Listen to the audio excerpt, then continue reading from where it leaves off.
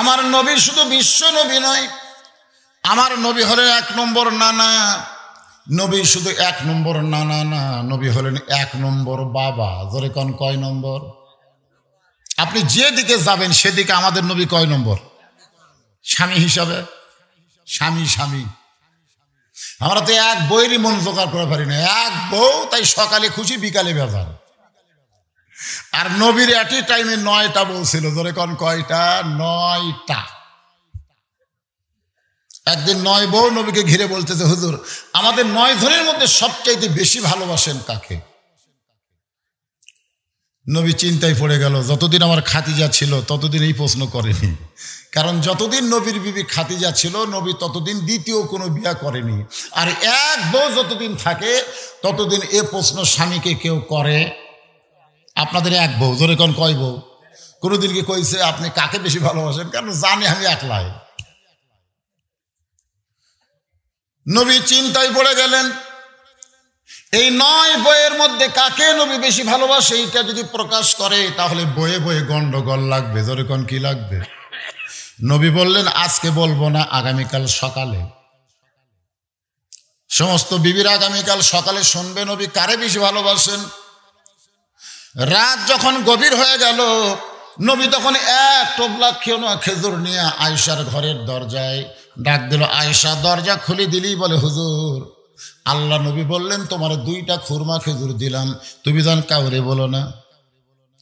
হাফসার ঘরের দরজায় গিয়ে ডাক দিলেন, হাফসা দরজা খুলতেই 2টা খেজুর দিয়ে বলেন তোমার 2টা খেজুর দিলাম, তুমি জান কাউরে কয় না। উম্মে সালমার ঘরের দরজায় ডাক দিল, সালমা দরজা খুললেই 2টা খেজুর দিয়ে বলে কাউরে জান কয় না।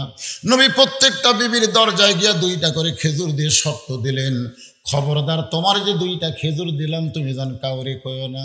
পরদিন সকালবেলায় সমস্ত বউ যখন নবীকে ঘিরে ধরে বলে, ইয়া রাসূলুল্লাহ আজকে বলেন আপনি 9 জনের মধ্যে কাকে সবচাইতে বেশি ভালোবাসেন? আল্লাহর নবী বললেন, গত রাত্রে যাকে 2টা খেজুর দিছি তাকে সবচাইতে বেশি ভালোবাসি।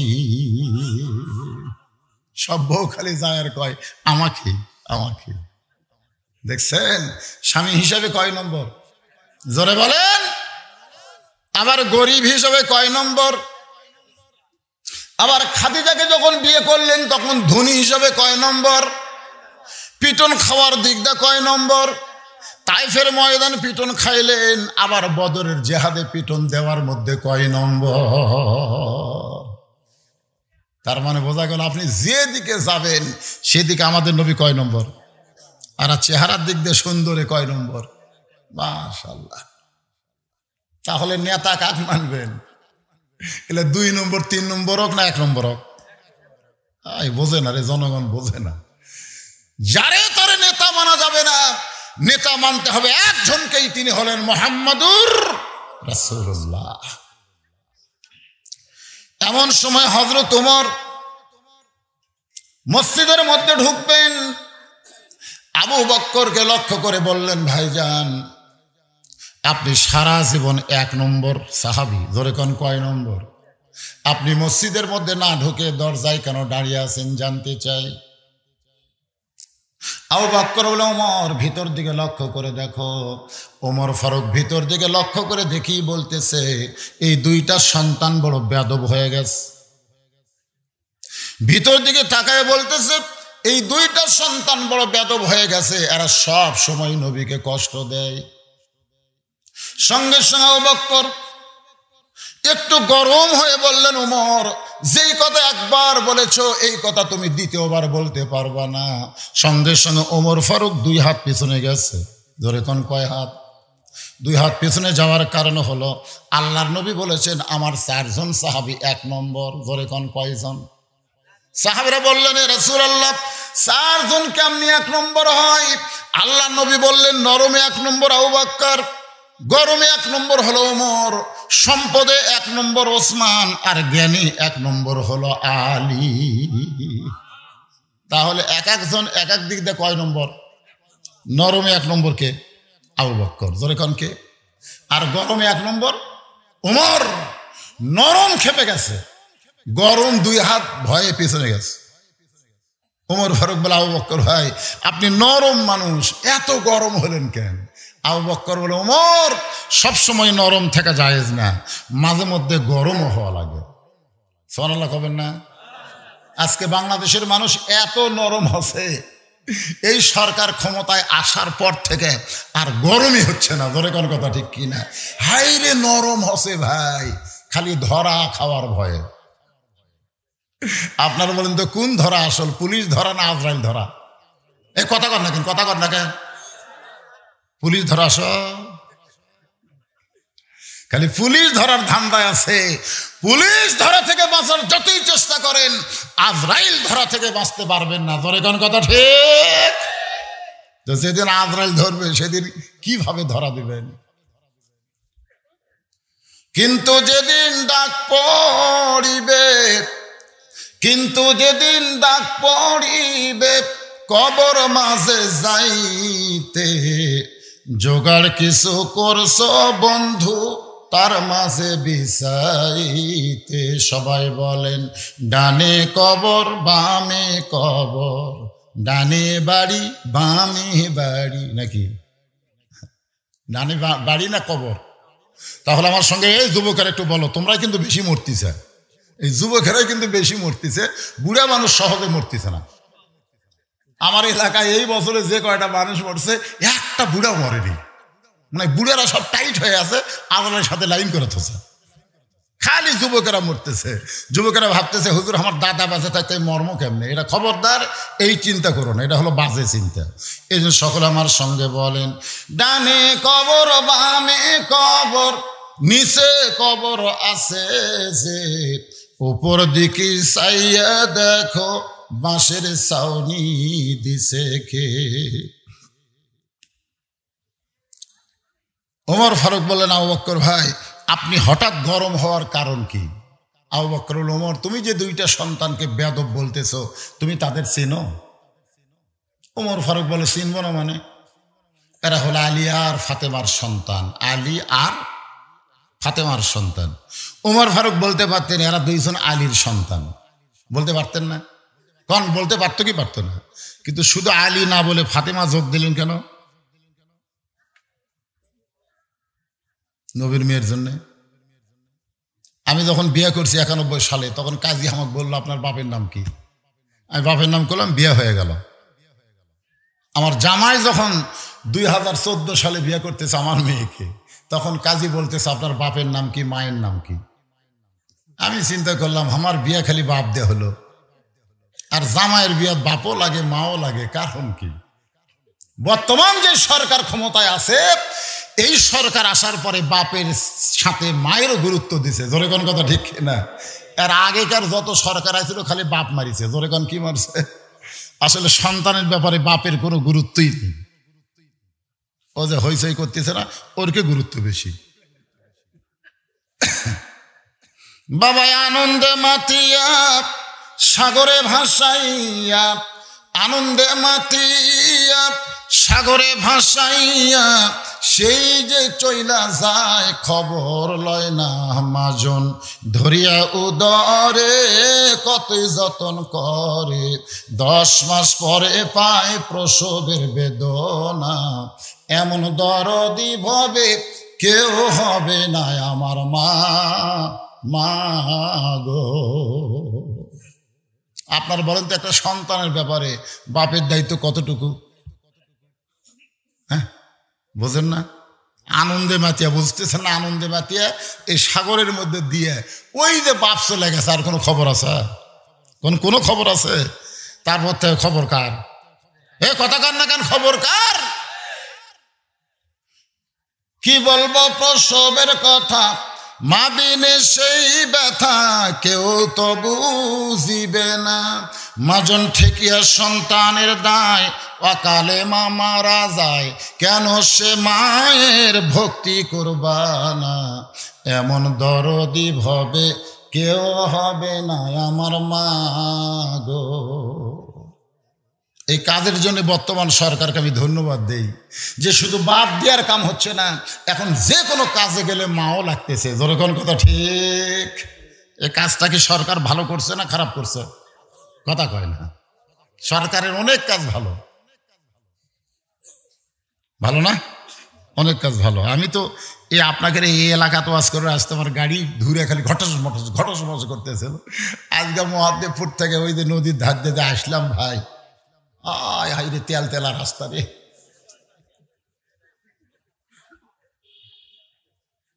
আমি গেছিলাম ওটা মাদারীপুর ওয়াজ করতে, ওখানে গিয়ে দেখি যে পদ্মা সেতু, ধরে কোন মা পদ্মা সেতু, এই রে বাবা, সেতুর দিকে তাকালে মনে হয় সরকার কি করছে রে। আমি উখিয়া গেছিলাম, ওখানে গিয়ে দেখি 12 লক্ষ রোহিঙ্গা মুসলমানকে ভারত জায়গা দেয় নাই, চীন জায়গা দেয় নাই, এই গরিব বাংলাদেশের সরকার জায়গা দিছে। জনগণ কথা ঠিক কিনা? এদিকে যখন খেয়াল করি আই রে সরকার কাজ করছে ভাই, কিন্তু যখন দেখি ভালো ভালো মৌলবীগুলো ধরে জেলখানা থোসা, এইগুলা বলবার গেলেই অনেকে বলে হুজুর আবার সরকার বিরোধী কথা বলতেছে। আরে সরকারের পক্ষেই কথা বলতেছে, দুই একটা তো বিরুদ্ধে যেতেও পারে। ধরে কোন কথা ঠিক কিনা? কথা কর না কেন? আপনারা মুখ বন্ধ করে থাকলে হবে না তো। আমি যে আয়াতে কারিমা তেলাওয়াত করেছি এর উপর তাফসির হবে, আর তাফসির হবার গেলে আপনাদের মুখ খোলা লাগবে, মুখ বন্ধ রাখলে হবে না। ইন্নামাল মুমিনুনা আল্লাযীনা ইযা যুকিরাল্লাহু ওয়াজিলাত কুলুবুহুম ওয়া ইযা তুলিয়াত আলাইহিম আয়াতুহু যাদাতুহুম ঈমানাও ওয়া আলা রাব্বিহিম ইয়াতাওয়াক্কালুন। আবু বকর বলে উমর শুধু আলী ফাতেমার সন্তান বললে হবে না, এদের আরো পরিচয় আছে। উমর ফারুক বলে আবু বকর ভাই এদের আর কোনো পরিচয় তো আমার জানা নাই। আবু বকর বলে উমর তুমি কত বছর বয়সে ঈমান গ্রহণ করছো? উমর ফারুক বললেন আমি 27 বছর বয়সে ঈমান গ্রহণ করেছি। আবু বকর বলেন ঈমান গ্রহণ করার আগে তুমি কি ছিলে? আপনারা বলেন তো হযরত উমর ঈমান গ্রহণ করার আগে কি ছিল? কথা কয় না, কথা কয় না। উমর ঈমান গ্রহণ করার আগেকার খবর আপনারা জানেন না? একদিন হযরত উমর মরুভূমির মধ্যে ছোট বাচ্চার মতন কাঁদতেছে। কতগুলো সাহাবী আমিরুল মুমিনকে খুঁজে পাচ্ছে না, কে রে হয়তো উমর গেল কোথায়, খুঁজতে খুঁজতে দেখে মরুভূমির মধ্যে একা একা ছোট বাচ্চার মতন ফোফায়া ফোফায়া কাঁদতেছে। আল মুমিনিন আপনি এরকম পাগলের মতন একা একা কেন কাঁদতেছেন? ওমর ফারুক বলে সাহাবীরা রে, আজকে যেই উমরকে তোমরা আমিরুল মুমিনিন বলতেছ, এই উমর যখন ছোট ছিল তার খবর কি তোমাদের জানা আছে? এই উমর আগে কি ছিল এইটা কি তোমাদের জানা আছে? তো সাহাবীরা বললেন আমরা তো সেই খবর জানি না। কেন হযরত উমর যখন ঈমান গ্রহণ করেছে মক্কায়, তখন মুসলমানের সংখ্যা খুব বেশি ছিল না। আল্লাহর নবী যখন মক্কা থেকে মদিনায় হিজরত করেছে 13 বছরে, ধরে কোন কয় বছরে? এই 13 বছরে মুসলমানের সংখ্যা হলো 320 জন। এটা সুবহানাল্লাহ। 13 বছরে কয়জন? আজকে অনেকেই বলে হুজুর ওয়াজ দিয়ে কি হবে, ওয়াজ দিয়ে তো মানুষ ভালো হচ্ছে না। আরে পাগলা, আমার ওয়াজ দিয়ে কি ভালো হবে রে? নবীর 13 বছরের ওয়াজ দিয়ে মাত্র 320 জন। নবীর 13 বছরের ওয়াজ দিয়ে কয়জন আছে?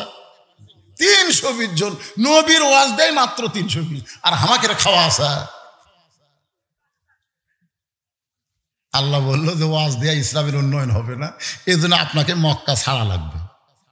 মক্কা ছাড়া লাগবে কারণ ওয়াজ দিয়ে হবি না, ওয়াজের সাথে আরো কিছু যোগ করা লাগবে।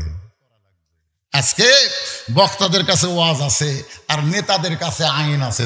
কথা ঠিক কিনা? নবী যখন মক্কায় ওয়াজ করেছে তখন নবী ছিলেন মুহাম্মদ রাসূলুল্লাহ আর নেতা ছিল আবু জেহেল। দরকার কথা ঠিক কিনা? নেতা আবু জেহেল, নবী হচ্ছেন বক্তা। আজকে বাংলাদেশে আমরা যেরকম বক্তা আর নেতা কারা নাম কোয়া লাগবে না, খালি ধরে এলেন, কোনো লাভ হবে না। প্রতি গ্রামে গ্রামে 10 টাকার ওয়াজ দেওয়া কাম হবে না, কারণ নেতার নীতির পরিবর্তন করা লাগবে, ভালো মানুষকে নেতার আসনে দেওয়া লাগবে। যেরকম কথা ঠিক কিনা? আমি একবার বলছিলাম যে ইউনিয়ন পরিষদের চেয়ারম্যানে ভোট করব, আমার সাথে যে সাহাবী থাকে উইস লাভ দেবে, নাউজুবিল্লাহ নাউজুবিল্লাহ নাউজুবিল্লাহ 3 বার কছে। নাউজুবিল্লাহ কি? হুজুর খবরদার, আপনি ভালো মানুষে খারাপ জায়গার যান না। আমি বললাম তোরে কে কইছে জায়গা খারাপ? জায়গা আসলেই ভালো ছিল, কিন্তু খারাপ মানুষ যে জায়গাটা খারাপ করে দিল। যেরকম কথা ঠিক কিনা? আপনার বলেন তো পৃথিবীর কোনো জায়গার দোষ আছে? এ কথা কোন জায়গার দোষ আছে? আজকে মসজিদে ভালো মানুষ গেছে বলে মসজিদ ভালো হয়ে গেছে, কিন্তু সংসদে ভালো মানুষ যায়নি বলে সংসদ ভালো হয়নি। ধরে কোন কথা ঠিক কিনা? ভালো মানুষগুলোই তো পাঠান লাগবে। আল্লাহর বান্দার একটু মনোযোগ দিবেন। ইন্নামাল মুমিনুনা আল্লাযীনা, মুমিন কারা? আমার সামনে যারা বসে আছেন আমরা সবাই মুমিন। জোরে বলেন সবাই কি? কথা কয় না। যারা বলবেন না তারা কি অন্য ধর্মের লোক? না আশেপাশে হয়তো হিন্দু থাকতে পারে, তা আপনারা কি সেই দলের লোক নাকি? তো কথা কন না কেন? আপনার 2 কান্দের ফেরেশতা কি লিখবি? এই যারা কথা বলতে, যারা মুমিন কইছেন ডান কান্দের ফেরেশতা লেগে ফেলে দিল। সুবহানাল্লাহ কন না কেন? আর যারা জবান বন্ধ করে আছে, তখন ফেরেশতা বলতেছে আল্লাহ এই শালা তো মুখ খোলে নাই কি? তখন আল্লাহ বলতেছেন মিনান নাসি মাইয়াকুলু আমান্না বিল্লাহি ওয়া বিল ইয়াউমিল আখিরি ওয়া মা হুম বিমুমিনিন। মুমিন বলার সময় যারা জবান খুলে মুমিন বলল না, এরা আল্লাহ বিশ্বাস করবে, আখিরাতকে বিশ্বাস করবে, এরপরও আমি আল্লাহ বলতেছি এরা মুমিন না, এরা মুমিন নয়। কারণ জবানে প্রকাশ করতে হবে ইকরার বিল লিসান তাসদীক বিল জানান। জোরে কোন কথা ঠিক? আগে কি ইকরার বিল লিসান, এটা লিসান মানে জবান, জবান দিয়ে আপনাদের বলা লাগবে। আমি যেই বলবো আমরা কি সকলে বলবেন মুমিন, বলতে পারবেন না ভাইজান? এই মুখত মাস্ক দিতে করে, মাস্ক খোলো, খোলো বাবা খোলো। যখন এই যে মোবাইল করেন তখন একটা মেয়ে মানুষ কি কয়? কি কয়?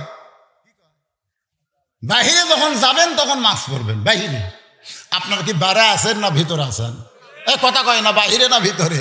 এই যারা বাইরে ঘুরতেছে ওর কোট দেওয়া লাগবে, কিন্তু আপনি যখনই ভিতরে আসবেন তখন আপনার মাস্ক পরা লাগবে না। কারণ বাহিরে ধুলাবালি উঠতেছে, মোটরসাইকেল চলতেছে, অটো ভ্যান চলতেছে, এগুলো চলার কারণে ধুলাবালি আপনার নাকে মুখে ঢুকবে, এই জন্য মুখত মাস্ক দেওয়া থাকা লাগবে। জনগণ কথা ঠিক কিনা? তো এখন কি এটি ধুলাবালি উঠতেছে? আমি যদি আমার পকেটে মাস্ক আছে তো দেখবেন, পকেটে মাস্ক আছে কিন্তু মুখত মাস্ক দিলে আপনারা কবেন খাই তো আর শুনবার আসিনি হুজুর, আমরা আপনার সোফাটা দেখতে পাচ্ছি। তোর এখন কথা ঠিক কিনা? তো মুখত মাস্ক দেওয়া থাকলে যে এটা মাস্ক, এটা মাস্ক। আমি এখনই মুখত দিই, আপনারা কবেন না দেখা যাচ্ছে না। তা আমার দেখার জন্য যদি আপনারা পাগল হন, আপনাকে দেখার জন্যই তো আমি পাগল। কারণ দেখা দেখির মধ্যে একটা আলাদা মজা আছে। তোর এখন কথা ঠিক কিনা? কে ভাই ওদের আপনারটা থুতুর থুতুর আরেকটু জিনিসের আমার নাকি কি বেজার হচ্ছেন? মাস্ক শুধু করোনার জন্য না, মাস্ক হলো স্বাস্থ্যবিধির একটা উত্তম, তবে 15 মিনিট পর পর মাস্ক পরিবর্তন করা লাগবে। কয় মিনিট? 10টা পকেট দিয়ে বাড়াবেন, 10টা ঘড়ি ধরে 15 মিনিট পর পর। কারণ আপনার নাক বেঁধে নিঃশ্বাস ছাড়েন, সেটা না হলো কার্বন ডাই অক্সাইড, আর যেটা গ্রহণ করেন সেটা হলো অক্সিজেন। তা আপনি নাক মুখ চাপে ধোসেন, এখন ছাড়তেছেন মুখের মধ্যে ঢুকতে তো বার হওয়ার বুদ্ধি নেই, ওই মুখের মধ্যে ঢুকতেছে, ওর যা বেড়া মাছবার বেড়ে যাচ্ছে। ধরে কোন কথা ঠিক কিনা? ওই যে 1 মাস আগে একটা কিনছে, ও বাবা ওটাই খালি মারতেছে, যা বেড়াম ভাই।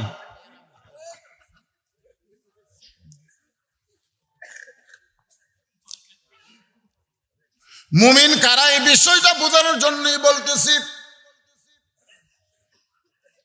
ওমর ঈমান গ্রহণ করছো কয় বছরে? বলে 27 বছরে।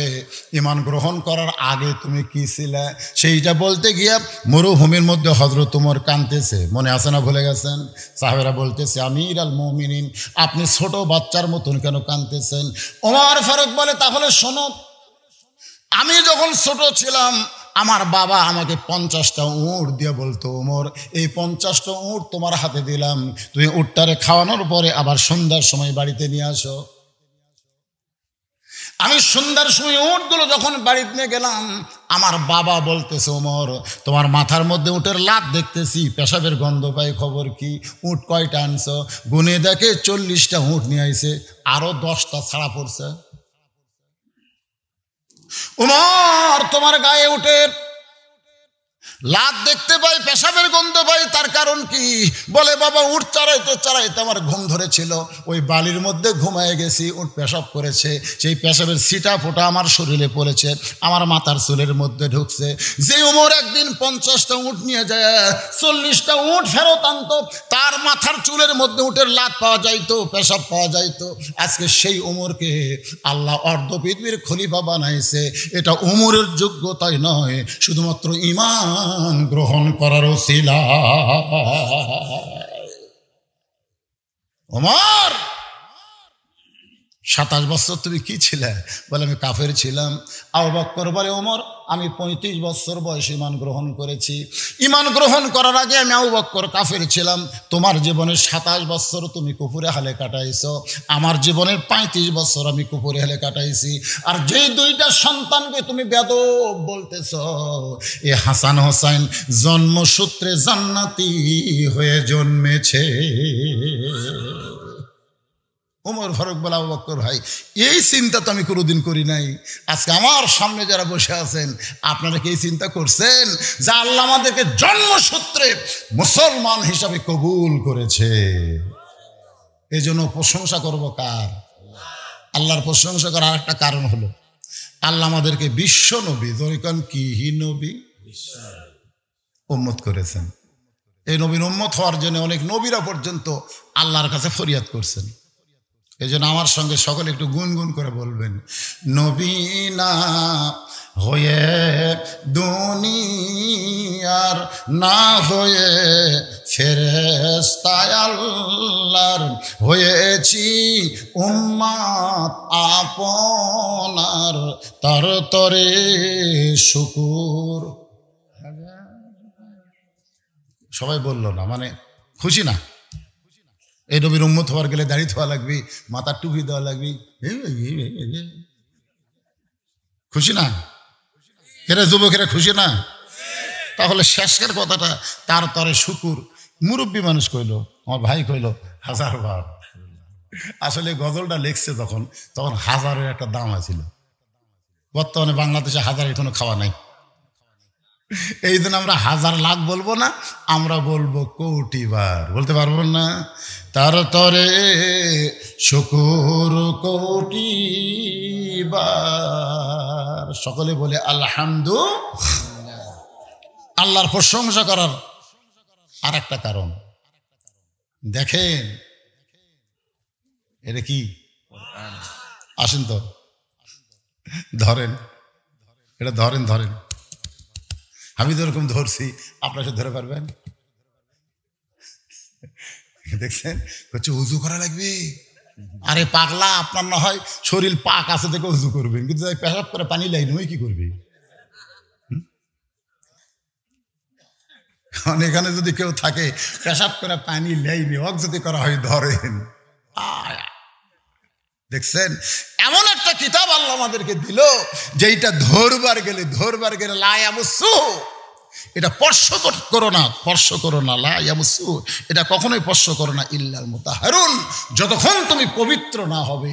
যেই কিতাব ধরতে গেলে পবিত্র হওয়া লাগবে, সেই কিতাব আল্লাহ আমাদেরকে নিয়ামত স্বরূপ দান করেছেন হিদায়াতের জন্য, খুশি না বেজার।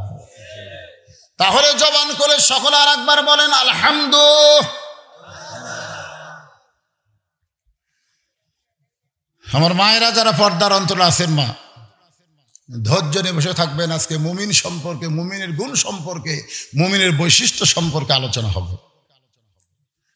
মুমিনের 1 নম্বর বৈশিষ্ট্য হলো ইজা যুকিরাল্লাহু ওয়াজিলাত কুলুবুহুম। এই মুমিনরা যখন আল্লাহর জিকির করবে, জোরে কোন কার জিকির, তখন তাদের অন্তরের মধ্যে কম্পন সৃষ্টি হবে। এই কোরআন কারিমের মধ্যে যত কথা আছে তার মধ্যে মৃত্যুর কথা যখন চলে আসবে, জাহান্নামের কথা যখন চলে আসবে, তখন আপনাদের মনের মধ্যে আনন্দ লাগবে না কষ্ট লাগবে? কথা কয় না, কথা কয় না। কেন মৃত্যুর কথা তখন আসবে? মৃত্যু বোঝেন না আপনারা? কুল্লু নাফসিন যায়কাতুল মাউত। ইজা আসাবাতুহুম মুসিবাতুন ক্বালু ইন্না লিল্লাহি, পড়েন খালি মরে গেলে পড়লে হবে না, আজকে এখনই পড়েন। ইন্না লিল্লাহি ওয়া ইন্না ইলাইহি রাজিউন। এক মরদ মানুষ আমাকে বলতে, হুজুর আমার বউ এবার ইলেকশনে দাঁড়াইছে, আমার বউ ভাইস চেয়ারম্যান। জোরে কোন কি চেয়ারম্যান? আপনি একটু দোয়া করেন। আমি বললাম ইন্না লিল্লাহি ওয়া ইন্না ইলাইহি রাজিউন। তো লোকটা বলতে, হুজুর এটা তো মানুষ মরলে পড়ে, তা আমার বউ চেয়ারম্যানের দাঁড়াছে, এটা শুনে আপনি বললেন কেন? আপনি একটু দোয়া করে দেন হুজুর। তখন আমি বললাম হাত তোলো। আমি একলা দোয়া করবো কেন? তুমি আমার সাথে খেলে আমিন আমিন করবে। ওই হাত তুললে আমি দেখলাম এই বাংলা করলে বুঝবার পারবি, এটা আরবিতে মার দেওয়া লাগবে। ধরে কোন কথা ঠিক কিনা? কারণ মেয়ে মানুষ ভোটর দাঁড়াচ্ছে, ওর জন্য দোয়া। তখন আমি হাত তুললাম। হালাকাতের রাজুলু হিনা তাতের নেশা, ওই আল্লাহুম্মা আমিন। আমি বললাম মা তারাকতু বাদি আলা উম্মতি ফিতনাতুন আদার আলা রাজুলু মিনান নিসাই রাওয়াহুল বুখারী কিতাবুল ফিতান, ওই আল্লাহুম্মা আমিন বিরহমাতিকা ইয়া আরহামার রাহিমিন। আমাকে টাকা 500 টাকা পকেটে দিচ্ছে, বুঝলেন? টাকা লাগবে না।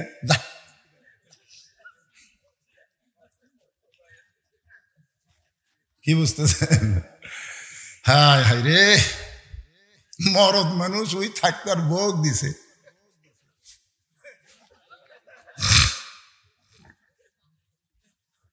মুমিন কারা? 1 নম্বর বৈশিষ্ট্য হলো যখন তারা আল্লাহর জিকির করবে, এই জিকিরে তাদের অন্তরের মধ্যে কম্পন সৃষ্টি হবে। এই জিকিরটা সর্বোত্তম আমাদের করা লাগবে। যে কোনো সময় আমাদের মৃত্যু হবে। জোরে কোন কথা ঠিক? কখন হবে? যে কোনো মুহূর্তে মৃত্যু হবে, বিশ্বাস করে বলেন। অনেকে মুখে মুখে কয় বলে তাদের অন্তরের মধ্যে কম্পন সৃষ্টি হয় না। ওসমান গনি রাদিয়াল্লাহু কোন কবরের পাশে দিয়ে হাঁটতেন, ছোট বাচ্চার মতন কাঁদতেন, কবর থেকে নড়তে চাইতেন না। সাহাবেরা বলতেন, ভাই ওসমান আপনাকে এইরকম কাঁদতে আমরা কোনো সময় দেখি না, যখন কবরের পাশে আপনি কাঁদেন। ওসমান গনি বলেন, সাহাবীরা আমার জীবনের সবচাইতে বড় জিকির হলো এই অন্ধকার কবরে আমাকে যাইতে হবে। এই কবরের মধ্যে আমাকে 50,000 বছর, জোরে বলেন কত বছর? 50,000 বছর একা একা থাকতে হবে। যেই কবরে কোনো বাতি নাই, সাথী নাই। আমি যদি জাহান্নামেও যাই, জাহান্নামে আমার সঙ্গে কিছু জনগণ পাবো। জান্নাতে যদি চাই, জান্নাতে অনেক মানুষ পাবো। আমি দুনিয়াতে বন্ধু বান্ধব পেয়েছি, আবার হাসরের ময়দানে বিচারের সময় অনেক আল্লাহর বান্দা বান্দিকে আমি পাবো। কিন্তু অন্ধকার কবরে যখন যাব, তখন আমার সঙ্গে কেউ থাকবে না। এই 50 বছর কেমনে থাকবো? এই জিকির আমার কলিজার মধ্যে যখন শুরু হয়ে যায়, তখন আমার অন্তরের মধ্যে কম্পন হয়, চোখ দিয়ে দর দর করে পানি পড়ে। আপনাকে এই চিন্তা হয় কোনোদিন? ভাই চিন্তা হয়? এটা কার বাড়ি রে? হায় হায় রে, কি সুন্দর। 2 ফেরেশতা কয়, আল্লাহ কি লেখমো? এই যে পরের বাড়ি থেকে তারিফ করতেছে, কি লেখমো? আল্লাহ কয়, বাড়ি বানানোর যা পাপ হয় সব আর আমার নামত লেখ। টাকা নাই দেখায়, ই পারতেছে না। দুনিয়ার কোন বাড়ি ঘর দেখে মুমিনেরা কোনোদিন আফসোস করবে না। মুমিনেরা সবসময় চিন্তা করবে অন্ধকার কবরকে সামনে নিয়ে। জোরে কোন কথা ঠিক? আল্লাহর বান্দা বান্দির একটু মনোযোগ দিয়ে শুনবেন। মুমিনদের 2 নম্বর বৈশিষ্ট্য হলো ওয়াইজা তুলিয়াত আলাইহিম আয়াতুহু জাদাতুহুম ঈমানা। যখন তাদের সামনে কোরআন তেলাওয়াত হবে, ওই তেলাওয়াতের কারণে আল্লাহ তাদের ঈমান বাড়ায়া দিবে। এই তেলাওয়াত মানে কোনো বক্তা কোরআন পড়া, এর নাম তেলাওয়াত না। এই তেলাওয়াত মানে কোরআন মোতাবেক যখন বাংলাদেশ চালু হবে, তখন আল্লাহ তাদের ঈমান বাড়ায়া দিবে। সুবহানাল্লাহ। বান্দা, এই কোরআনের মধ্যে তেলাওয়াত আছে। চুরি করলে চোরের হাত কাটা দাও, জোরে কোন আছে না নাই? আমি সারা জীবন যদি পড়ি চুরি করলে চোরের হাত কাটা দাও, এই আয়াতটা যদি আমি তেলাওয়াত করি আমি প্রতি অক্ষরে 10টা করে নাকি পাবো, কিন্তু আমার ঈমান বৃদ্ধি পাবে না। কিন্তু যখন চুরি করলে চোরের হাত কাটা এ আইন বাংলাদেশে চালু হবে, তখন জুতা নিয়ে কোনোদিন মসজিদে আপনার ঢোকা লাগবে না। এমনকি সোনার টোপলাও পর্যন্ত মসজিদ দরজায় রাখবেন, একটা মানুষ ভুল করে আপনার টোপলায় হাত দিবে না। ধরে কোন কথা ঠিক কিনা? এখন আজকে আমাদের ঈমানের খবর কি? যদি আপনি মহাদেবপুর আপনার নিয়ামতপুর কেন্দ্রীয় মসজিদের জোহরের নামাজ পড়বার চান, আপনার পায়ে যদি 1200 টাকার জুতা থাকে, আপনি কি করবেন? জুতা দরজা থুবেন না ভিতরে নিয়ে যাবেন? এই কথা কন না কেন? ঈমানের খবর কি? ঈমানের খবর কি? জুতা কি বাইরে থাকবে না ভিতরে যাবে? তা আপনি যখন জুতা খুলে হাতত নিয়েছেন তখন মুয়াজ্জিন জিজ্ঞাসা করতেছে কার ভয়ে ঢুকতেছেন? আল্লাহর ভয়ে। তো আল্লাহর ভয়ে ঢুকতেছেন আল্লাহর ঘরে, তো জুতা কেন? তখন বলতেছে ভাই রে, চোরেরও ভয়। এখন আপনারা বলেন, মুগত মাছ দিয়ে মসজিদের মধ্যে ঢুকতেছে, আল্লাহুম্মা আফতাহলি আবওয়াবা রহমাতিক। আপনি জানেন যে ঘরে আপনি ঢুকতেছেন আপনার ঘর ভালো না আল্লাহর ঘর ভালো? তা আপনার ঘরে কি আপনি মুগত মাছ দিছেন? কথা কন না কেন দিছেন? তাহলে আল্লাহর ঘরের মধ্যে আপনি মাছ দিয়ে ঢুকলেন। আপনি জানেন এই ঘর সম্পর্কে আল্লাহ কি বলেছেন? আল্লাহ বলেছেন ফালিয়াবুদু রব্ব হাযাল বাইত আল্লাযী আত'আমাহুম মিন জু'ইন ওয়া আমানাহুম মিন খাউফ। এই ঘরের মালিকের তোমরা যদি গোলামি করতে পারো, তোমাদের সঙ্গে সঙ্গে 2টা পুরস্কার দিবে। 1 নম্বর পুরস্কার হলো তোমার রিজিকের কোনো পেরেশানি থাকবে না, তোমার ক্ষুধা লাগবে না, ক্ষুধার কোনো পেরেশানি করা লাগবে না। 2 নম্বর হলো যাবতীয় ভয় ভীতি থেকে আল্লাহ তোমাকে পুরোপুরি নিরাপত্তা দিবে। তুমি বাইরে থাকলে তোমাকে করোনা ধরতে পারে, কিন্তু আল্লাহর ঘরে ঢুকলে তোমাকে করোনা ধরবে না।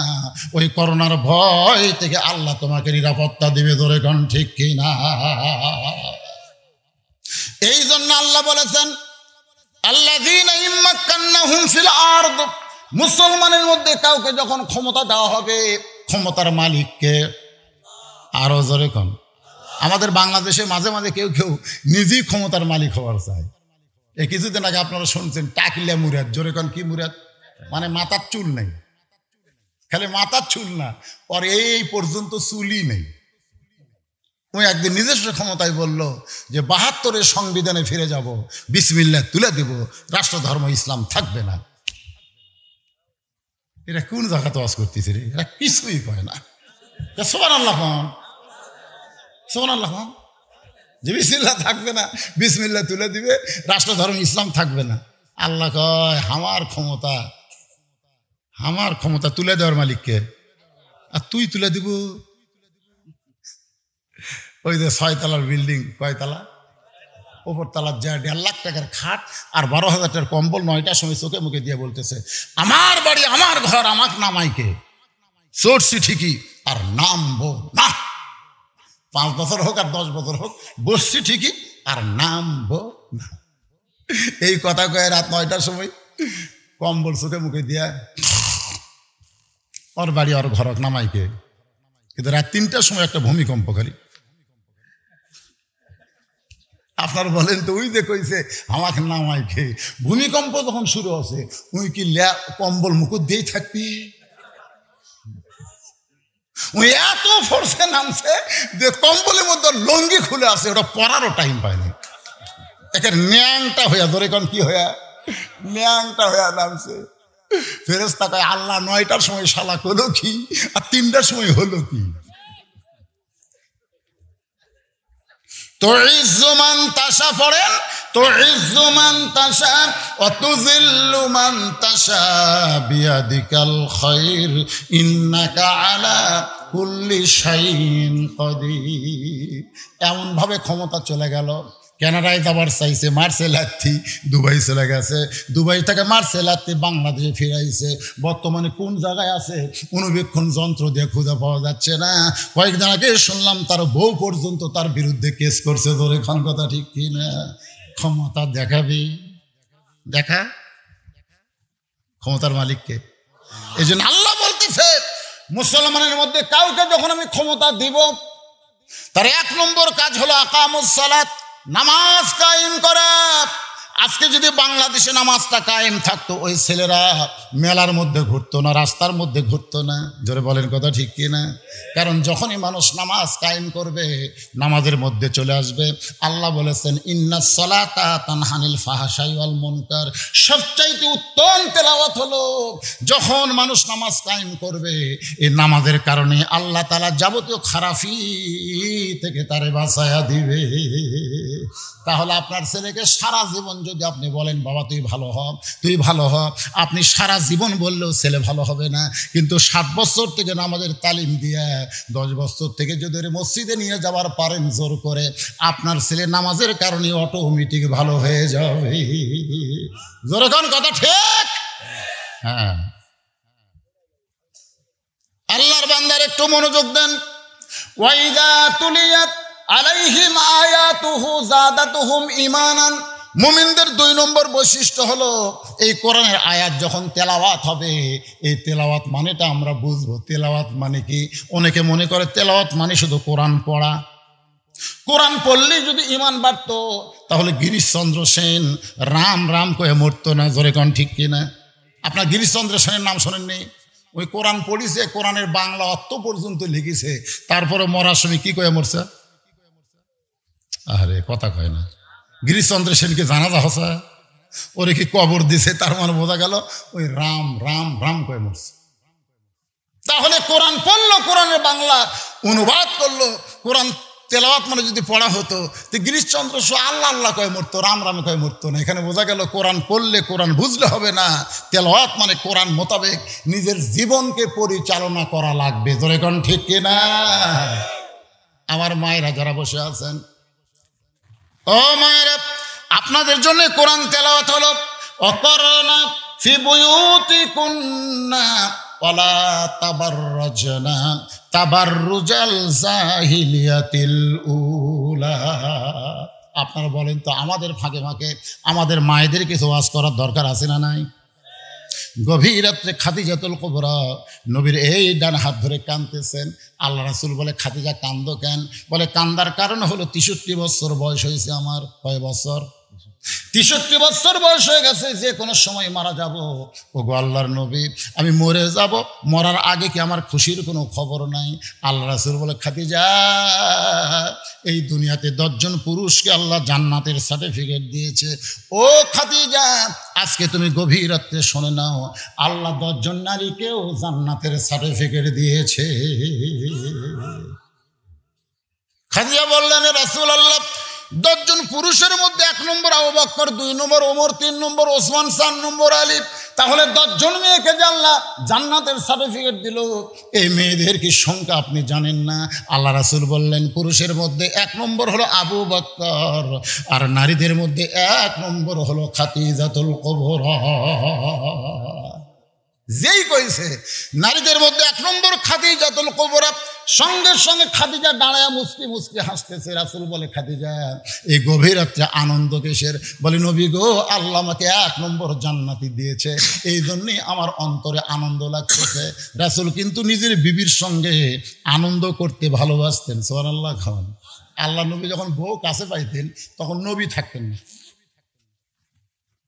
আমরা অনেক সময় হুজুর হয়ে বউয়ের কাছে যাই, এই জুতা খুলে দে, মানে ওয়াজ করে যায়, জুতা খোল, মানে আমার জুতা আমি খুলে পারতেছি না, বউ দিয়ে খুলে নিচ্ছি, মুজা খোল। বউ মুজা খোলার পরে তেলে দে। বউ কয়, আল্লাহ রে, কিন্তু ওদের স্বামী মেরে থছে, আমার পায়ের তলে তোর জান্নাত, পাও ভালো করবো, জান্নাত পাবো। আসলে একদিন পর্যন্ত যে কথাগুলো আমরা শুনছি, স্বামীর পায়ের তলে বউয়ের বেহেশত, এরা ভুয়া কথা। এটা আসলে মৌলবীরা বেনা বেনা করছে বউ সাইজ করার জন্য। ওই ফাটা পায়ের তলে কোনদিন জান্নাত হয়? জান্নাত হলো মায়ের পায়ের তলে সন্তানের জান্নাত। জোরে বলেন সহি কথা। কার পায়ের তলে? মায়ের। বাপের পায়ের তলে না, মায়ের। বাপ হলো মরদ মানুষ, মরদ মানুষের পায়ের তলে কোনো জান্নাত নেই। জান্নাত হলো মেয়ে মানুষ, আর সে মেয়ে যদি আমাকে মা হয়। সুবহানাল্লাহ কন না কেন? আল্লাহ রাসূল খাদিজাকে রহস্য করে বললেন, আপনি তো 1 নম্বর জান্নাতি মাশাআল্লাহ, কিন্তু 2 নম্বর কে হলে ভালো হয়? খাদিজাতুল কুবরা বললেন, হে রাসূলুল্লাহ, 2 নম্বর জান্নাতি আমার কলিজার টুকরা ফাতেমা হলে ভালো হয়। আল্লাহ যেন ফাতেমাকে 2 নম্বর জান্নাতি ঘোষণা করে। আল্লাহ রাসূল রহস্য করে বললেন, আল্লাহ আপনার পেট থেকে 4টা মেয়ে দিছে। ধরে কোন কয়টা? একটা হলো রোকেয়া, একটা হলো জয়নাব, একটা হলো কুলসুমা, আর একটা হলো ফাতেমা। আপনি জয়নাব, কুলসুমা, রোকেয়ার কথা বাদ দিয়ে আপনি ফাতেমার কথা বললেন কেন? খাদিজা বলে, নবী গো, আপনি হলেন বাবা আর আমি হলাম মা। কোন সন্তান কেমন এটা আপনি বাবা বলতে পারবেন না, আমি মা বলতে পারবো। সুবহানাল্লাহ। ওই যে ছেলেরা ঘোরাঘুরি করতেছে রাস্তাঘাটে, ওই ছেলেরা কেমন এটা বাবা বলতে পারবে না, এটা মা বলতে পারবে। ধরে কোন কে বলতে পারবে? আমার এলাকার এক ছেলে কয়, হুজুর 11 মাস আমার খিদে নেই। কয় মাস? কিন্তু রমজানের চাঁদ উঠলে আমার খিদে বেড়া যায়। হুজুর এই ব্যারাম কেন হয়েছে? আমি বললাম, আমি পারবো না, তোর মায়ের কাছে যা। তো এখন মায়ের কাছে গিয়ে বলতেছে, মা 11 মাস আমার খিদা কম, রোজার মাসে খিদে বেশি খেন। তখন মা বলতেছে, তোর দাদি এই শয়তানি করছে। তুই যখন পেটতা ছিলি ওই বছর রোজার মাসে আমাকে রোজা থাকতে দেয়নি, তাই তুরই জন্য যে তুই পেটের মধ্যে নাকি শুকা যাবি। এই দিন রমজান মাসে আমাকে খিলেছে তাহলে তোকে তাজা থাকার জন্য। আমিও খাসি, তুইও খাসু। রোজার মাসে তার পেটের মধ্যে খাওয়ার অভ্যাস আছে, তাই বেড়া এসে ভালো থাকে। এই জন্য একজন নেপোলিয়ন বলেছে, খ্রিস্টান, তোমরা যদি ভালো একটা সন্তান চাও, ভালো একটা মায়ের দরকার। এখানে অনেক মায়ের সন্তান আছে, ধরে কোন ঠিক কিনা? সবাইকে এক দেখেন। আমি কিন্তু বসেছি, যতক্ষণ ওয়াজ করবো আমি উঠবো না। আমিও এক মায়ের সন্তান, আর আপনারাও অনেক মায়ের সন্তান। কিছুক্ষণ পর পর উঠতেছেন আবার বসতেছেন। কারণ কি কোন? তো আপনি যখন মায়ের পেটে ছিলেন তখন আপনার মাও আপনাকে ধৈর্য ধারণ করেনি। কথায় কথায় ছেলের বাপের সাথে গন্ডগোল করছে, কেন এই লাভ দেওয়া জ্ঞান করে লাভ দিয়ে উঠছে। তখন আপনি পেটের মধ্যে ছিলেন, ওই থাকিতে আপনি উঠছেন। অভ্যাস পেটের থেকে শুরু হচ্ছে। উঠতেছেন আর বসতেছেন, তারা এই মায়ের পেটে এই অবস্থা। আর তারা বাইরে ঘুরতেছে, এর কি আরো করুণ অবস্থা। আর যখন মায়ের পেটে ছিল তখন মা পেটত নিয়ে গোটা পাড়া ঘুরিছে। তোর এখন কি ঘুরিছে? এই জন্য ঘরুনি বেড়া আমার পেটের মধ্যে থেকে শুরু হচ্ছে। আল্লাহর বান্দারা একটু ধৈর্য নিয়ে কথাগুলো শুনবেন। আল্লাহ নবী বললেন, খাদিজা, আপনি যাকে 2 নম্বর জান্নাতির কথা বলতেছেন সে তো জান্নাতি নয়, সে তো জান্নাতি নয়। মা খাদিজা চমকে গিয়ে বলে, আমার ফাতেমা যদি জান্নাতি না হয় তখন আমার ফাতেমার খবর কি? রাসূল বললেন, জান্নাতি নারীদের নেত্রী। জান্নাতি নারীদের। সঙ্গে সঙ্গে খাদিজা মুখ ভার করে নবীর কাছে বসে বলে, ইয়া রাসূলুল্লাহ, আপনি পাল্টে দেন, আপনি পাল্টায় দেন। আমাকে আপনি জান্নাতি নারীদের নেত্রী ঘোষণা করেন, আর আমার মেয়েকে আপনি 1 নম্বর জান্নাতি বলেন। রাসূল বলেন, খাদিজা, আমি হলাম ঘোষণাকারী, আর দেওয়ার মালিক হচ্ছে আল্লাহ। মা খাদিজা দুনিয়া থেকে চলে গেলেন। দুনিয়া থেকে বিদায় নেওয়ার পরে আল্লাহ নবী যখন হিজরত করে মদিনায় যাওয়ার পরে ঘরের মধ্যে নবী যখন বসে আছেন, এমন সময় মা ফাতেমা ঘরের মধ্যে ঢুকছে। যেই মাত্র ঘরের মধ্যে ঢুকছে, নবী মুস্কি মুস্কি হাসতেছেন। আল্লাহ নবীর হাসি দেখে ফাতেমা চমকে গিয়ে বলে, বাবা, আমি ঢুকলাম, আপনি কেন হাসতেছেন? মেয়েরা কিন্তু বাবাকে বেশি দয়া করে, আবার বাবার সামান্য কিছু তারা সহ্য করবার পারে না। বলে কোন কথা ঠিক কি না? আপনারা বলেন তো, বাবাকে বেশি দয়া কে করে, ছেলেরা না মেয়েরা? মেয়েরা। আর বাবারা বেশি দয়া করে কার? সব সম্পত্তি ছেলে দিয়ে মেয়ে খালি ফাঁকি মারে। এরকম বাবা আছে না? নাই, ধরে কোন আছে না? কিন্তু আসলে মেয়েরা বাবাকে বেশি ভালোবাসে। ফাতেমা চমকে গিয়ে বলে, বাবা, আপনি কেন হাসতেছেন? হাসার কারণ কি? আল্লাহ নবী বললেন, ফাতেমা, অনেকদিন আগে তোমার মায়ের কাছে বলেছি, তখন তোমার কাছে তো আমি বলতে পারি নাই। আজকে তোমাকে দেখে তোমার মায়ের সেই কথা মনে হয়ে আমার মুখে হাসি আসতেছে। ফাতেমা চমকে গিয়ে বলে, বাবা, কি মাকে বলেছিলেন? আল্লাহ নবী বললেন, তোমার মা হলো 1 নম্বর জান্নাতি, আর আল্লাহ তোমাকে খাতুনে জান্নাত বানায়া দিছে। তোমার মা কয় নম্বর? 1 নম্বর জান্নাতি। আর আল্লাহ তোমাকে খাতুনে জান্নাত বানাই দিয়েছে। ফাতেমার সেই হাসি। আল্লাহ রাসূল বলে, ফাতেমা তুমি কেন হাসতেছো? ফাতেমা বলে, বাবা আল্লাহ আমাকে খাতুনে জান্নাতি নারীদের নেত্রী বানাইছে, এই জন্যই আমার মনে আনন্দ লাগতেছে। আল্লাহ নবী বললেন, ফাতেমা আল্লাহ তোমাকে খাতুনে জান্নাত ডিগ্রি দিয়েছে সত্য, কিন্তু তোমার আগে একজন মেয়ে মানুষ জান্নাতে যাবে, তোমার আগে একজন মেয়ে জান্নাতে যাবে। সঙ্গে সঙ্গে ফাতেমার মুখটা ভার হয়ে গেল, খাদিজার যেমন ভার হয়েছিল। একই কায়দায় ফাতেমা বলতেছে, বাবা আল্লাহ আমাকে খাতুনে জান্নাত ডিগ্রি দিল, আর আমার আগে একটা মেয়ে জান্নাতে যাবে। সেই মেয়েটা এমন কি আমল করেছে, সে আমল এখন থেকে আমি ফাতেমা করতে চাই। আমি আগে জান্নাতে যাব, আবার জান্নাতে মেয়েদের নেত্রী হব। ওই মেয়েটা কি আমল করেছে ফাতেমা জানার জন্যে বাবার কাছে যখন বায়না ধরেছে, আল্লাহ নবী বললেন, ফাতেমা ওই মেয়েটার নাম হলো জামিলা।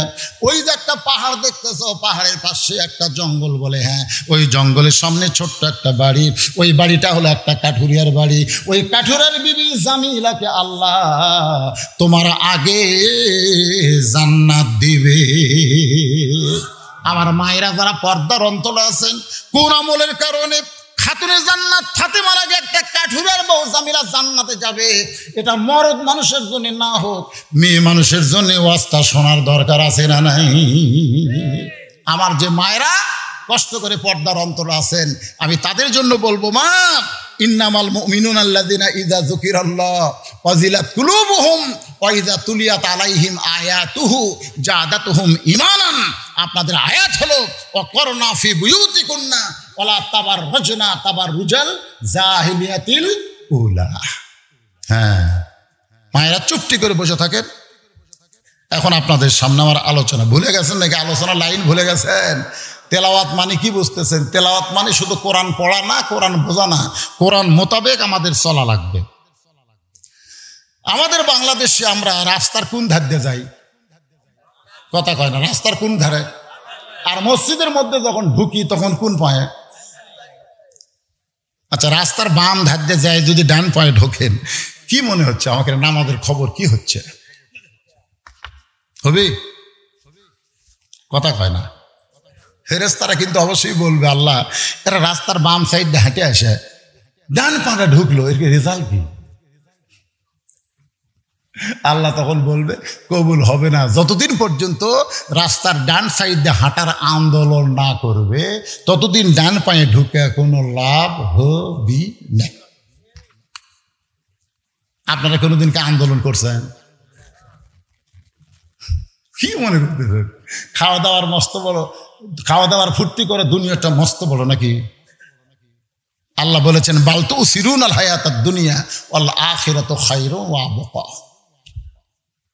এই তুচ্ছ সামান্য 2 দিনের হায়াত নিয়ে একটা গানও গাইছে এন্দ্র কিশোর, চলতে পথে 2 দিন থামিলাম, যাবার কালে একজন আরো দেখা না পাইলাম, ও আমার সাদের মালা যায় রে ছিঁড়ে, রইব না আর বেশি দিন তোদের মাজারে। গানটা শোনেন নাই? তাহলে আমরা চলতে পথে কয়দিন? ভাই একটু হোহা করেন ভাইরে। এমনি প্রত্যেক মাহফিলে ভরা লোক হয়, আজকে এই ভাঙ্গা মাহফিলে ও আজ আমি করতেছি, কি যে কষ্ট হচ্ছে। তারপরে যদি আপনারা গোরস্থানের মতন মুখ বন্ধ করে থাকেন, চলতে পথে চলার পথে আমরা কয়দিন থামিলাম? মাত্র 2 দিন। এই 2 দিনের দুনিয়া এসে আমরা শয়তানের আইনকে গ্রহণ করে যখন কবরে যাব, আমাদের আপনজন কিন্তু কবরে গিয়ে আমাদের লাশটা যখন রাখবে তখন বলবে, বিসমিল্লাহি আলা মিল্লাতি রাসূলিল্লাহ, আল্লাহর নামে এই মুর্দাকে নবীর দলে তুলে দিলেন। কাকে তুলে দিয়েছে? জেতা মানুষকে না মরা মানুষকে? আপনারা বলেন তো, নবীকে আল্লাহর কাছে বলবেন, আল্লাহ জীবিত অবস্থায় দুনিয়াতে শয়তানের দল করলো, আর মরার সময় আমার দলে তুলে দিল, এর রেজাল্ট কি? গোল্ডেন।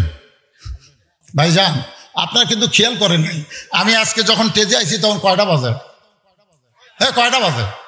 9টা। আমি প্রত্যেকটা মাহফিলে 10টার সময় উঠি, 12টায় মোনাজাত করি। জনগণ যায় আর কয় 12টায় হুজুর ওয়াজ শেষ করলো, অনেক ওয়াজ করছে রে, কিন্তু উঠছে কয়টায়? 10টা থেকে 12টা কয় ঘন্টা হয়? আর এখন বাজতেছে 11টা 4, উঠছি কটায়? 9টায়। তাহলে কয় ঘন্টা হলো? ওই হিসাবে তোমার ওয়াজ শেষ। কিন্তু আমি তো শেষ করতেছি না, কারণ মানুষ আপনার অল্প হলেও আপনাকে মেজাজ ভালো, আপনাকে বসা ভালো, আপনাকে চেহারা ভালো। সুবহানাল্লাহ। কোরআনের পক্ষে দুটো হাত তুলে যারা দেখালেন, ওই পাগলেরা, আমি আপনাদের কাছে মাত্র 100টা কোরআন শরীফ বিক্রি করব, মাত্র এই মাদ্রাসার উন্নয়নের জন্য। 200 করে টাকা দাম।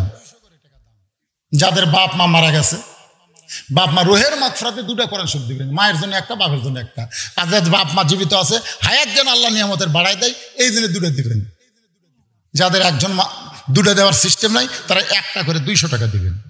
এখনো এমনও লোক আছে 10টা কোরআন শরীফ একাই দিবেন, 2000 টাকা দিবেন। এই নবীর এতিম মাদ্রাসায় 100টা কোরআন শরীফ আমাদের দেওয়া লাগবে ভাইজান। কোন আল্লাহর পাগল সর্বোত্তম 200 টাকা দিয়ে এতিম মাদ্রাসা একটা কোরআন শরীফ দিবেন এতিমদের হাতে? দেখে আল্লাহর পাগল দৌড়ে আসেন। এমন টেস্ট করা করছে যে আমার এত টাকা দিবার গেলে 3টে মই লাগান লাগবে। কি বিপদ! আসলে 100 জন, এতগুলো মানুষের ভিতরে হাত তুলে কোরআনকে মহব্বত করেন, আর একটা করে কোরআন শরীফ মাত্র 200 টাকা দিয়ে পারবেন না? এদের টাকাটা দিবে, আমি নেবো কি করে? কি টেস্ট বানাচ্ছে, মনে হচ্ছে মঞ্চ করছে, মঞ্চ। এত সাজান লাগে। একজন সামনে যান বাবা, ওই পার একজন যান, টাকা খালি আসতেছে সমানে। উঠে গেল কে রে? আল্লাহ, তোমার এতিম মাদ্রাসার জন্য কোরআন চাইলাম, আল্লাহ কোরআন তো দিলই না। মাহফিল থেকে অবজ্ঞা করে উঠে গেল। প্যারালাইসিস বোঝেন আপনারা? প্যারালাইসিস বোঝেন? হঠাৎ ঘুম থেকে উঠে দেখবেন পাও নাই। হঠাৎ আছে না নাই? জোরে করে আছে না নাই? এই যে কিছুদিন আগে একটা গান হইল, আমি গান গাবার চাই না, এমন একটা বাজে গান। ছোট্ট একটা বাচ্চা রাস্তা দিয়ে যায় আর বলতেছে বাদাম বাদাম, খালি কয় বাদাম। আমার কাছে বাদাম খাবি না, ছেলেরা বাদাম খাবে না? বাদাম বাদাম আমার কাছে নাই কো বুবু ভাজা বাদাম, আমার কাছে আছে শুধু কাঁচা বাদাম। আমি তোর কাছে বাদাম কুটি। এই যে বাদাম বাদাম কয়ে বাংলার মানুষের মাথা খারাপ হয়ে গেল, যুবকদের মাথা খারাপ হয়ে গেল। আপনারা বলেন তো, এখন যদি কেউ বাদাম বাদাম কয় শুনতে ভালো লাগবে? ভালো লাগবে? আর ভালো লাগবে না। যতই সুপারহিট গান বাংলাতে আসুক না কেন, 1-8 মাসের পরে ওই গান বস্তা পচা হয়ে যায়, আর কেউ গানটা গাইলেও শুনতে চায় না। কিন্তু 10 বছর থেকে নামাজ ধরেছে, প্রতি রাকাতে সূরা ফাতিহা পড়তেছে, এখন তার 70 বছর বয়স হয়ে গেল। এই 60টা বছর হলে কত রাকাত নামাজ পড়েছে, কতবার সূরা ফাতিহা পড়েছে? আপনি একটাবার বলেন তো, এত বছর এতবার সূরা ফাতিহা পড়ার পরেও আপনার কোনোদিন কি পুরাতন মনে হয়েছে? এটাই হলো কোরআনের ক্ষমতা। আপনি যত পড়বেন ততই আপনার পড়ার আগ্রহ হবে। বাইজিদ বুস্তামি আল্লাহর কোরআন তেলাওয়াত শুরু করলেন। কোরআন যখন পড়তেছেন বাজান, কোরআনের সুর ওই মেয়েটার কানের মধ্যে ঢুকে গিয়া জাদাতুহুম ঈমানান। একটু খেয়াল করবেন, মেয়েটা যে সাজছিল ওই মাথার কাপড় ঘোমটা দিয়া বাইজিদ বুস্তামির পিছনে বসে বলতেছে, হুজুর এতদিন হলে দেহ ব্যবসা করতেছি, এই ঘরের মধ্যে ভালো মানুষ কোনোদিন ঢোকে নাই। এই ঘরের মধ্যে ঢোকে আমাকে সাজতে বলে, ওরা এবার টানে টানে কাপড় খোলে। কিন্তু আজকে আপনি 24 ঘন্টার জন্য বুকিং নিলাম 240 দিরহাম দিয়ে, আপনি একটা বার আমার দিকে তাকালেন না। এত সাজলাম তারপরেও তাকালেন না। আপনি আমার ঘরের মধ্যে নামাজ পড়ে আল্লাহর কাছে কাঁদলেন, এখন আপনি মধুর সুরে কোরআন পড়তেছেন। হুজুর গো, আপনার নাম আমি জানি না, তবে আমার বিশ্বাস আপনি আল্লাহর ওলি। হুজুর, আমার নানি ছিল পতিতা, আমার মা ছিল পতিতা, আমি পতিতার ঘরের একজন দেহ ব্যবসায়ী মেয়ে। আপনি আমার জন্য আল্লাহর কাছে কাঁদতেছেন। হুজুর বলেন তো, আমার ভালো হওয়ার তো আর কোনো রাস্তা নাই। আমি ভালো হবার চাইলেও কি আল্লাহ আমাকে ভালো করবে? আমার ভালো হওয়ার তো সব রাস্তা আল্লাহ বন্ধ করেছে। সঙ্গে সঙ্গে বাইজিদ বুস্তামি বললেন, লা তাকনাতু মির রাহমাতিল্লাহ ইন্নাল্লাহা ইয়াগফিরুয যুনুবা জামিআ ইন্নাহু হুয়াল গফুরুর রহিম। আল্লাহু আকবার। বাইজিদ বোস্তামি রহমতুল্লাহ আলাইহি বললেন, মা, আল্লাহ পাপকে ঘৃণা করে, কিন্তু পাপীকে আল্লাহ ঘৃণা করে। এজরে আল্লাহ কি ঘৃণা করে? পাপ। পাপ, কিন্তু পাপীকে আল্লাহ ঘৃণা করে না। যতদিন পর্যন্ত পাপীর মৃত্যু না হবে, ওই পাপীর জন্য আল্লাহ ফিরে আসার দরজা খুলে রাখবে। বাবা ছেলেকে দেখছে অন্যায় করছে, ছেলের দুইটা চড় মারা করছে, খবরদার, আজ থেকে আমার বাড়ির দরজা তোর জন্য বন্ধ, তুই আর বাড়িতে আসবি না, যা, তোর মতন সন্তান আর আমি দেখবার চাই না। বাবা রাগ করে ছেলের কানসায় চড় দিয়ে ছেলেকে সকালবেলা বাড়ি থেকে বের করে দিছে। বাজান সারাদিন ছেলে ঘুরতেছে।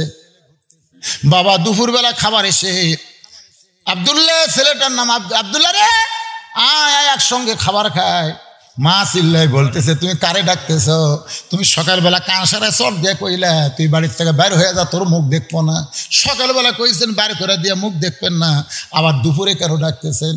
বাবা চোখের পানি বের করে বলে, আমি শাসন করেছি, এই শাসনে যদি ভালো হয়ে যায়, আগের দরদের চাইতে বেশি দরদ দিয়ে সন্তানকে বুকে নিব। জোরে কোন কথা ঠিক কি না? কিন্তু সন্তানের রাগ তো আর কম না, রাগই কম। ওই রাগে কই আমি যাবই না রে। সারাদিন ঘুরতেছে, সন্ধ্যা হয়ে গেছে। বাবা আব্দুল্লাহর ঘরত গিয়ে দেখে আব্দুল্লাহ আসে নাই। বাবা বলতেছে, আমার ছেলে কোথায় যাইতে পারে, দাও লাইট দাও। আমি ছেলে একটু খুঁজা গোটাল পাড়া ছেলেরে পায় না। বাবা ঘরের মধ্যে কান দেয়ার বলে, এইরকম আর আমি কোনোদিন ছেলেকে তাড়ায় দিব না। ছেলে গভীর রাত্রে মা যে ঘরে ঘুমায়, ওই ঘরে জানলার কাছে এসে চুপটি করে ফিস করে বলতেছে, মা, বাবা কি ঘুমাইছে নাকি? বাবা ঘুমাইলে তুমি চোরের মতো একটু দরজা খুলে দাও। মা, সারাদিন রাত করে আমি ঘুরেছি মা, কিন্তু রাতের বেলা কোথায় যাব? যত দরজায় গেছি মা, প্রত্যেক দরজা বন্ধ।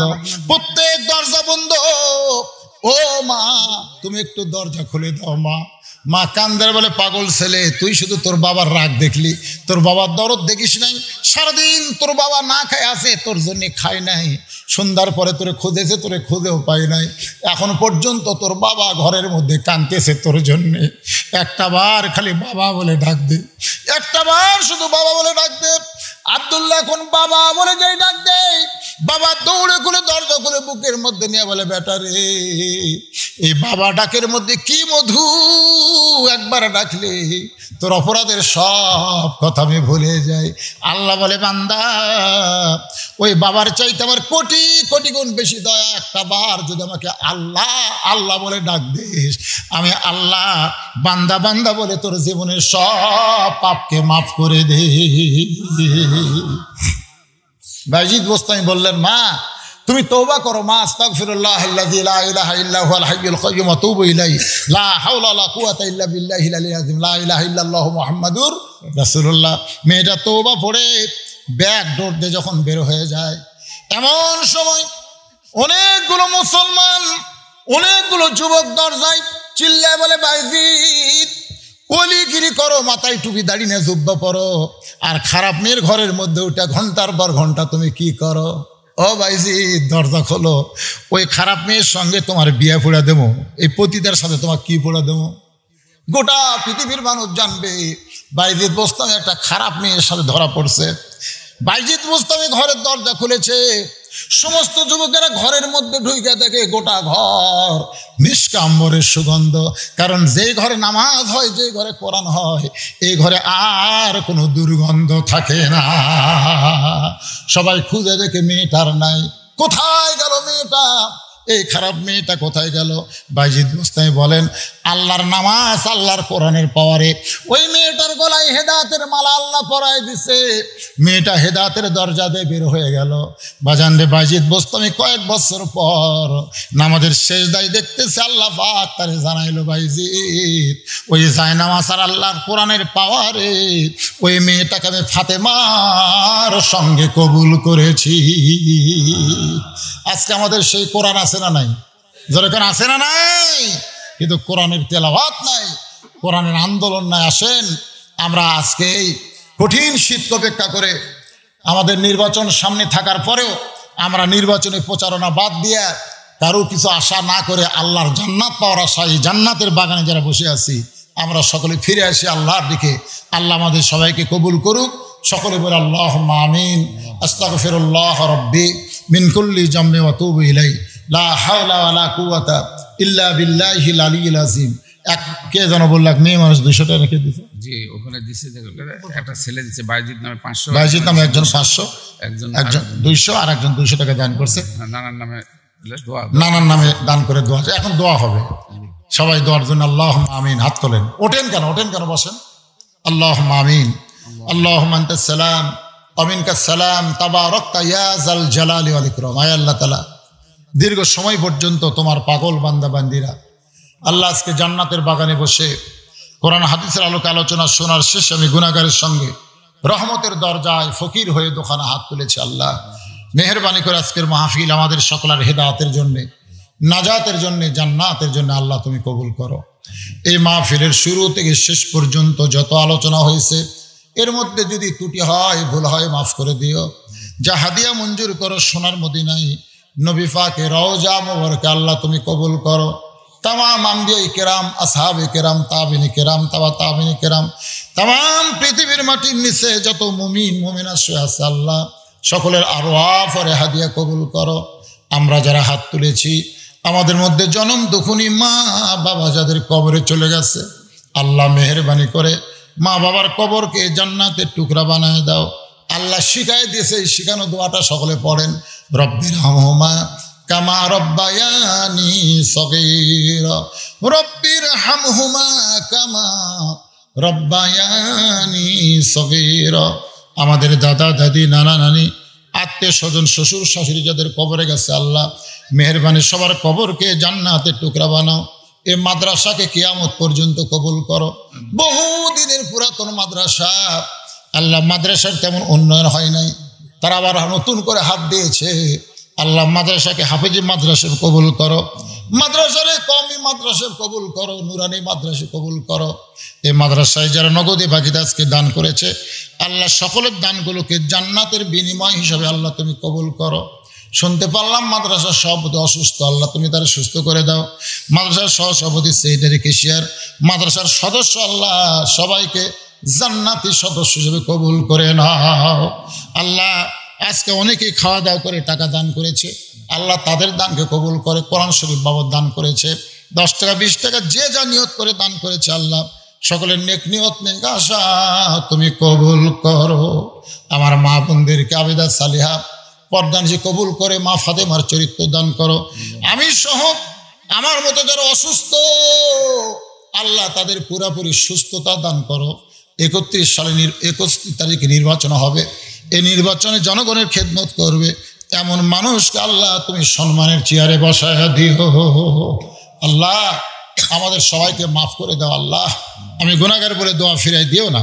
যার 2 খানা পছন্দ হয় তার 2 হাতের ওসিলায় আজকের গোটা মাহফিলকে আল্লাহ তুমি কবুল করো।